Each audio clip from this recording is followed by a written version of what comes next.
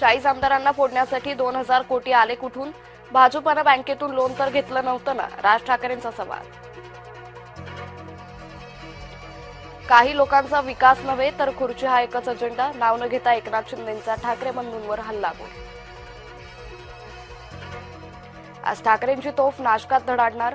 सभेसाठी नाशिकमध्ये ठाकरे गट मनसेची जय्यत तयारी. मुंबईकरांसाठी भाजप शिवसेनेचा जाहीरनामा लवकरच. येत्या 2 दिवसात जाहीरनामा घोषित होण्याची शक्यता, सूत्रांची माहिती. 10 जानेवारीला पुण्यासाठी दोन्ही राष्ट्रवादीचा जाहीरनामा होणार प्रसिद्ध. दोन्ही राष्ट्रवादींच्या जाहीरनाम्याकडे पुणेकरांचं लक्ष. पुण्यात भाजप राष्ट्रवादी थेट सामना. पुण्याच्या गुन्हेगारीला बळ देण्याचं काम पवारांचं. मुरलीधर मोहोळ यांनी अजित पवारांवर केली टीका. अजित पवारांचं भाषण सुसाट. जे मनात तेच ओठात. रोहित पवारांची काकांवर स्तुती सुमनं.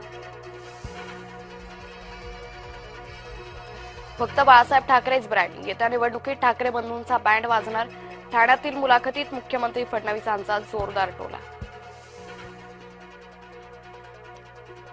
मुंबईतील पुरावेळी ठाकरे बंधू कुठे होते? उद्धव राज ठाकरेंच्या मुलाखतीवरून आशिष शेलारांचा निशाणा. ठाकरेंना मुंबईकरांशी काहीही देणं घेणं नसल्याचीही टीका.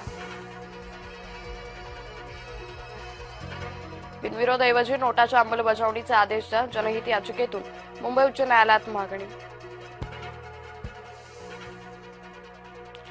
नवी मुंबईत ठाकरे गटाच्या उमेदवारांची प्रचार फेरी रोखण्याचा प्रयत्न.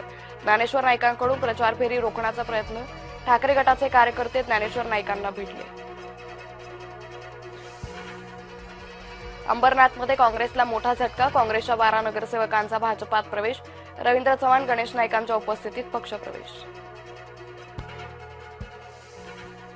पुण्याच्या मुंडव्यातील जमीन गैरव्यवहार प्रकरण. विकास कार्य समितीला आणखी 1 महिन्याची मुदतवाढ.